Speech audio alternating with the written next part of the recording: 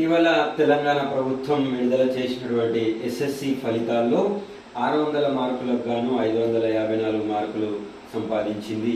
మన ఆదిలాబాద్ జిల్లా గుడిహాట్నూర్ మండలం లింగాపూర్ గ్రామానికి చెందినటువంటి నిరుపేద కుటుంబానికి చెందినటువంటి మన చౌహాన్ అక్షర ఇటు గుడిహాట్నూర్ మండలంలోనే మండల టాప్ ర్యాంకర్గా నిలవడం జరిగింది.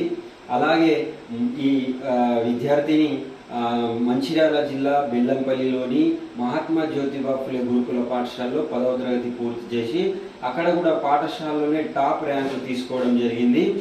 సో ఈమె మార్కుల వెనుక ఎలాంటి కఠోర శ్రమ ఉందో మనం అక్షరాన్ని అడిగి తెలుసుకుందాం. ఫస్ట్ ఆఫ్ ఆల్ కంగ్రాచులేషన్స్ అక్షర. 600 మార్కులకు గాను 554 మార్కులు రావడం ఏ విధంగా అనిపిస్తుంది, మీకు ఎలా ఫీల్ అవుతున్నారు మీరు? ఇంత మంచి మార్క్స్ రావడానికి చాలా హ్యాపీగా ఉంది. నేను ఇంత కష్టపడి చదివి నాకు ఇంత మంచి రిజల్ట్ రావడం, ఇంకా మా మేడమ్స్ మా పేరెంట్స్ కూడా ప్రౌడ్గా ఫీల్ చేయాలి. సో ఇప్పుడు మీ మార్క్స్ వెనుక ఎలాంటి మీకు ఏదైనా ప్లాన్ చేసుకున్నారా? మీరు అక్కడ స్కూల్లో ప్రిపేర్ అయ్యేటప్పుడు ఎలాంటి ప్లాన్ చేసుకున్నారు? అంతా పర్సనల్గా ఏం కాకుండా స్కూల్ నుంచి వచ్చే టైం టేబుల్ని కరెక్ట్గా ఫాలో అయ్యాము. అక్కడ ఎగ్జామ్స్ అవన్నీ మాకు పర్ఫెక్ట్ అయినాయా రాసిన వాడికి. అలాగే మీతో పాటు మిమ్మల్ని ఎవరైనా అక్కడ స్కూల్లో పర్టికులర్లీ మిగతా విద్యార్థులతో పాటు ఎవరైనా ఎంకరేజ్ చేసేవాళ్ళ, మీ టీచర్స్ కానీ ఇట్లా అంటే మీరు ఖచ్చితంగా స్కూల్లో టాప్ రావాలి అని ఏదైనా బ్యాక్ పోస్ట్ చేసేవారా మిమ్మల్ని? మేడమ్స్ మాకు డీలింగ్ చేసే స్టాఫ్ చాలా ఎంకరేజ్ చేసేవాళ్ళు, అందరికన్నా ఫస్ట్ రావాలి, మంచి రిజల్ట్ రావాలని.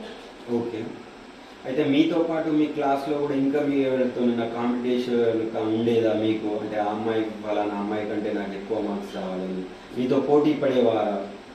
2-3 చాలా పోటీ పడతాను, వాళ్ళకన్నా ఎక్కువ రావాలి, మా స్కూల్ నుంచి వెళ్ళిన స్టూడెంట్స్ కన్నా కూడా ఇక్కడ ఉండి ఇంకా ఎక్కువ తెచ్చుకోవాలి. ఓకే, అయితే ఇప్పుడు ఈ 10వ తరగతి ఫలితాలు వచ్చేసాయి. తర్వాత ఇంటర్లో మీరు ఏ గ్రూప్ తీసుకుందాం అనుకుంటున్నారు? నెక్స్ట్ ఇంటర్లో ఎంపీసీ తీసుకుందాం అనుకుంటున్నాను. ఎంపీసీని ఎందుకు తీసుకుందాం అనుకుంటున్నారు? అంటే మీ లైఫ్ అంబిషన్ ఏంటి, మీ గోల్ ఏంటి, ఫ్యూచర్లో ఏమవుదాం అనుకుంటున్నారు మీరు? ఫ్యూచర్లో ఇంజనీర్ అవుదాం అనుకుంటున్నాను, అందుకే ఎంపీసీ. ఓకే ఓకే, అంటే ఇప్పుడు మీ ఫాదర్ గారు మేస్త్రి పని చేస్తూ మిమ్మల్ని చదివించాడు కాబట్టి వాళ్ళ పరిస్థితుల అనుగుణంగా పూర్తిగా భిన్నంగా ఉండాలని మీరు ఒక ఇంజనీర్ అవుదామని అనుకుంటున్నారా? అవును, అంటే మా డాడీ ఫేస్ చేసిన సిచ్యువేషన్స్ మేమందరం ఫేస్ చేయొద్దని, వాళ్ళకు ఒక మంచి పొజిషన్లో ఉండి వాళ్ళకు గర్వకారంగా నిలవాలి.